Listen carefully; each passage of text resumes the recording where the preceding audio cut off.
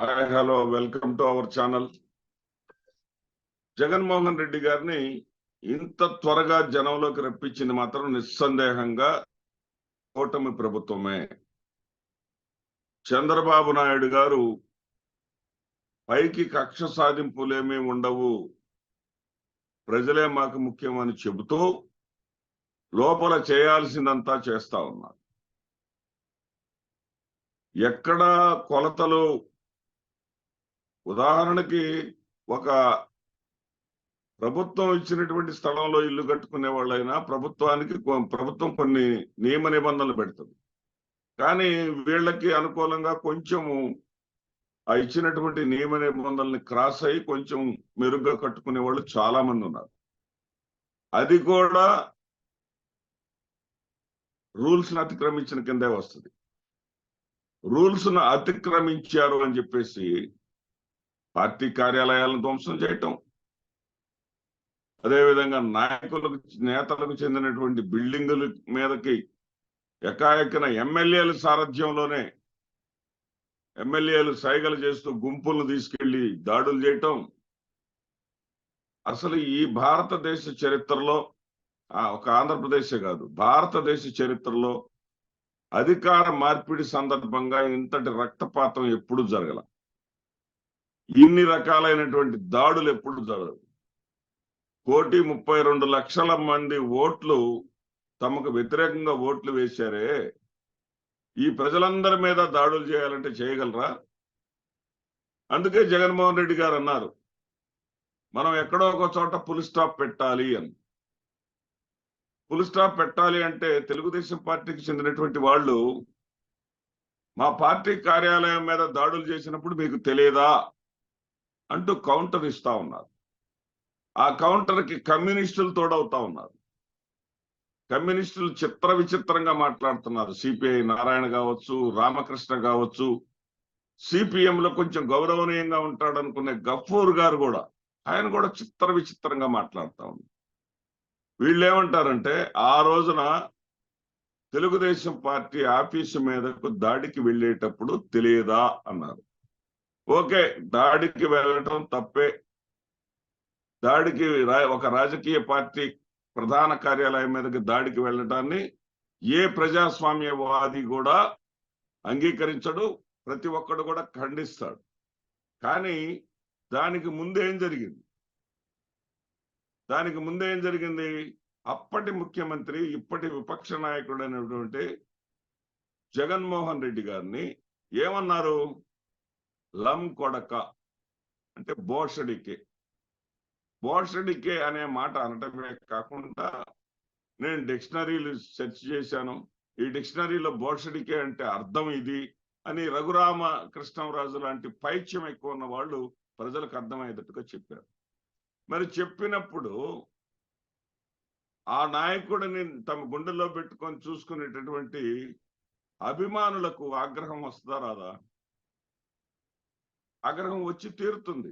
ఆ రోజున వాళ్ళ సొంత చెల్లెలు మరి అన్నని లం కొడక అని తిడితే ఆ చెల్లెలు కూడా బయటకు రాలా.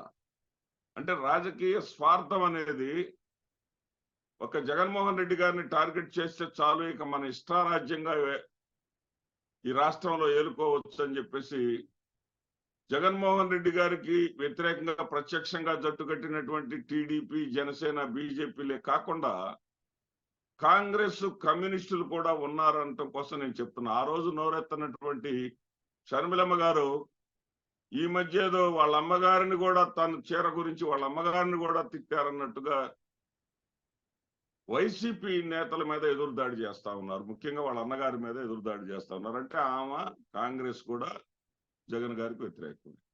ఇక కమ్యూనిస్టులు ఒక అడుగు ముందుకేసి జగన్మోహన్ రెడ్డి గారు నెల్లూరు వెళ్ళి ఒక నేరస్తుడు 4 సార్లు ఎమ్మెల్యేగా గెలిచిన వాడు నేరస్తుడే వీళ్ళ దృష్టిలో. మరి నేరం చేసినటువంటి సమయంలో నేరస్తుడిగా ఉన్నటువంటి చంద్రబాబు నాయుడు గారిని పవన్ కళ్యాణ్ గారు కానీ పోయి పలకరిస్తే అది హీరోయిజం, అది సబబే. ఇది మాత్రం సబబు కాదు. ఎటు నుంచి ఎటుపోతున్నాం? జగన్మోహన్ రెడ్డి గారట ఒకసారి ఆత్మ పరిశీలన చేసుకోవాలి. అసలు ఆ ఈవీఎం పగలగొట్టినటువంటి వ్యక్తిని లోపలికి వెళ్ళి పలకరించొచ్చా అనేది ఒక్కసారి ఆత్మ పరిశీలన చేసుకోవాలంట అని సిపిఎం గఫూర్ గారు, అదేవిధంగా సిపిఐ నారాయణ రామకృష్ణలు చెప్తా ఉన్నారు. ఆత్మ పరిశీలన చేసుకోవాల్సింది జగన్మోహన్ రెడ్డి గారు కాదు. నంబర్లో 11 స్థానాలు అయితే కావచ్చు అతనికి. పర్సంటేజ్లో 40% ఓట్లు వచ్చినాయి, 4 పార్లమెంటు స్థానాలు వచ్చినాయి. కడప జిల్లాలో ఉన్నటువంటి 2 పార్లమెంటు స్థానాలు, ఇటు కడప రాజంపేట 2 పార్లమెంటు స్థానాలు ఆయనే గెలుచుకున్నాడు. మీరు అన్ని రకాలుగా ప్రయత్నాలు చేసినా కానీ పులివెందుల్లో ఆయన ఓడించలేకపోయారు. కాకపోతే ఒక 20,000 మెజారిటీ తగ్గించగలిగారు, ఒక 25,000. అంతకుమించి జగన్మోహన్ రెడ్డి గారిని మీరు ఏమీ చేయలేకపోయారు. అధికారం కోల్పోవటం అనేది, అధికారం శాశ్వతం కాదన్నది ఒక పాఠాన్ని ఆయనకు నేర్పారు. ఆయన తప్పులు తెలుసుకోవడానికి ఒక మార్గాన్ని చూపారు. అంతేగాని ఆత్మ పరిశీలన చేసుకోవాల్సింది ముందు మీరు కమ్యూనిస్టులు. 40% ఓట్లు ఇచ్చినటువంటి జగన్మోహన్ రెడ్డి ఒక్కడు అడ్డం లేకపోతే ఇక చంద్రబాబు నాయుడు భజన చేసుకుంటూ ఆ చంద్రబాబు నాయుడు ఇచ్చేటటువంటి కానుకలకు ఆశపడి మీరు మాట్లాడటం అంటే ప్రజాస్వామ్యాన్ని మీరు అపహాస్యం చేస్తున్నారని చెప్పాలి. ఎందుకంటే మీకు జగన్మోహన్ రెడ్డి గారు ఆత్మ పరిశీలన చేసుకోవాలి అంటున్నారే, జగన్మోహన్ రెడ్డి గారిని ఇంత త్వరగా రోడ్డు మీదకి రప్పించినటువంటి చంద్రబాబు యొక్క అరాచకం మీకు కనపడదా? అసలు మీ ఆత్మ పరిశీలన మీరు ఒకసారి చేసుకుంటే, ఒకప్పుడు ఈ రాష్ట్రంలో, ఆంధ్రప్రదేశ్ రాష్ట్రం, నా వయసు ఇప్పుడు 61 సంవత్సరాలు.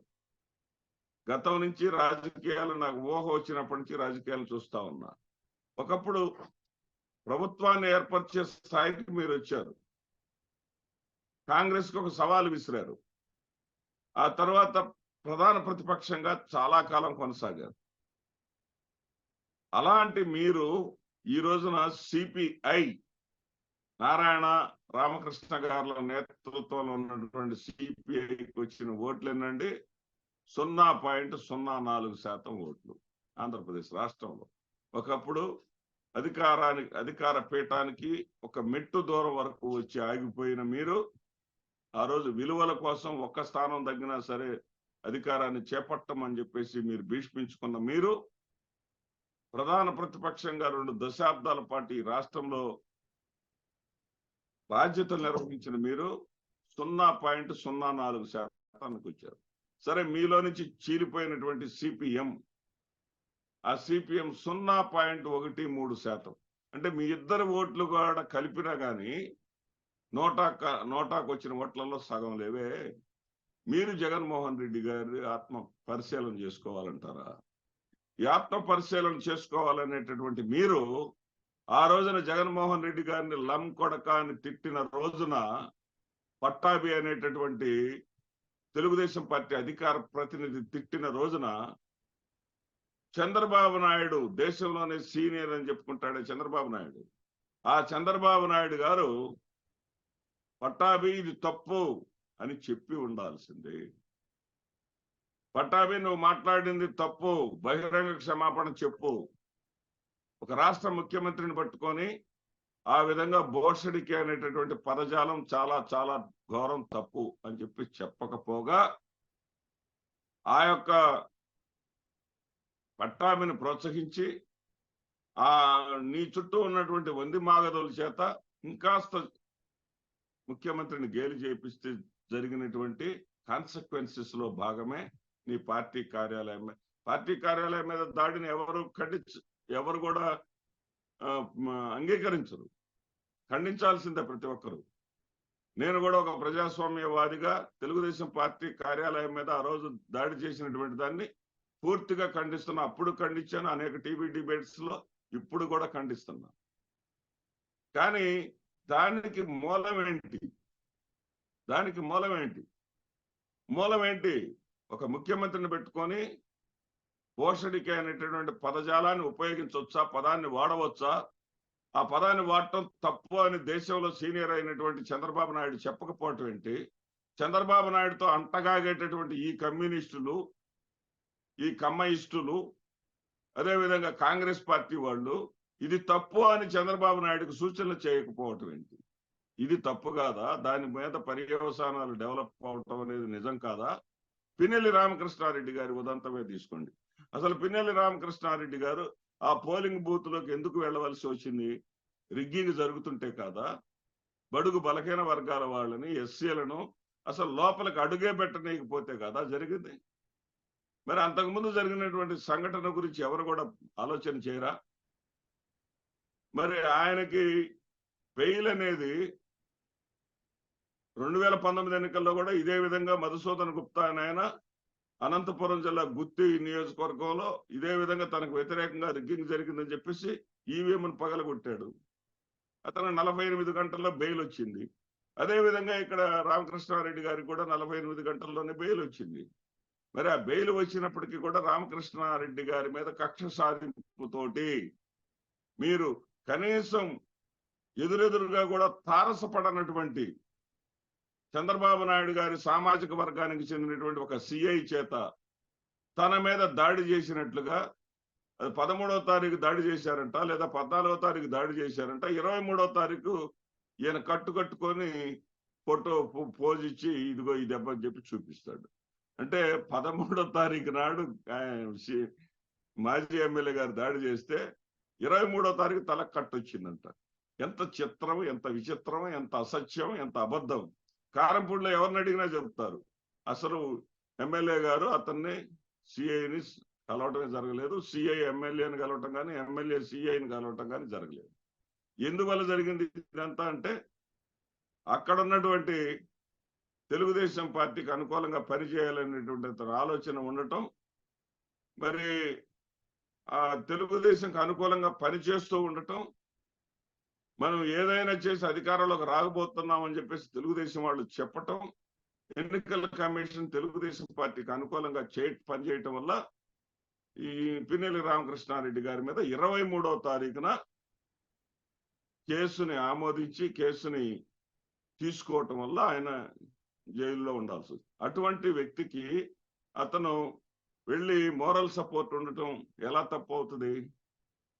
తన నాయకుడిని తను కాపాడుకోవాల్సినటువంటి బాధ్యత ఒక పార్టీ నేతగా జగన్మోహన్ రెడ్డి గారికి లేదా? ఇదే పనిని రాజశేఖర్ రెడ్డి గారు చేసినప్పుడు కూడా తెలుగుదేశం పార్టీ ఇదే విధమైనటువంటి విమర్శలు చేసింది. గౌరవ్ వెంకటరెడ్డి గారు జైల్లో ఉండగా ముఖ్యమంత్రి హోదాలో ఉన్నటువంటి రాజశేఖర్ రెడ్డి గారు ఈ రోజన్నా వీరు ప్రతిపక్ష నేతగా ఉన్నారు. రాజశేఖర్ రెడ్డి గారు పోయి పలకరించడం తప్పు అని చెప్పేసి అన్నారే. మరి అదే గౌరవ్ వెంకటరెడ్డి గారిని పార్టీలో చేర్చుకొని ఆయన భార్య అయినటువంటి సరిత గారికి టికెట్ ఇచ్చి మరి అసెంబ్లీలో ప్రవేశపెట్టారే. అంటే మీ పార్టీలో చేరగానే నేర చరిత్ర ఉన్న వాళ్ళు సుచరితులు అయిపోయారా? అంటే ప్రజల అమాయకంగా మీకు అనిపిస్తున్నారా? జగన్మోహన్ రెడ్డి గారు ఏదైనా సరే మీరు మారాల్సింది ఒకటి ఉందండి. మీ మీద ఆశలు పెట్టుకున్నటువంటి కోట్లాది మంది మీ నాన్నగారి అభిమానులు కానీ మీ అభిమానులు కానీ, మీ నాన్నగారి అభిమానులంతా కూడా మీ అభిమానులుగా టర్న్ అయ్యారు. కోట్లాది మంది అభిమానుల యొక్క ఆశల మీద నీళ్లు చల్లారు మీరు. మీ చుట్టూ ఏం జరుగుతుందో వాస్తవ పరిస్థితులు తెలుసుకోలేక, గ్రౌండ్ రియాలిటీ తెలుసుకోలేక, అవతల వాళ్ళు ఎక్కడ నెగ్గాలో ఎక్కడ తగ్గాలో అక్కడ వాళ్ళు ఆ విధంగా ఉంటూ వచ్చారు. చంద్రబాబు నాయుడు గారు 3 సార్లు ముఖ్యమంత్రిగా చేసినటువంటి వ్యక్తి భారతీయ జనతా పార్టీ ఛేదరించుకున్నా గాని, నువ్వు అసలు మా దగ్గరికి రావద్దు పో అన్నా గాని కాళ్ళ వేళ్ళ పడి ఎందుకు ఆ రకంగా బతిలాడుకొని బామాలుకొని వాళ్ళతో పొత్తు పెట్టుకొని వ్యవస్థను మేనేజ్ చేయగలిగాడు ఒక్కసారి ఆలోచించుకోండి. అదేవిధంగా పవన్ కళ్యాణ్ గారు 2 చోట్ల పోటీ చేసి ఎమ్మెల్యేగా గెలవలేకపోయినటువంటి వ్యక్తి.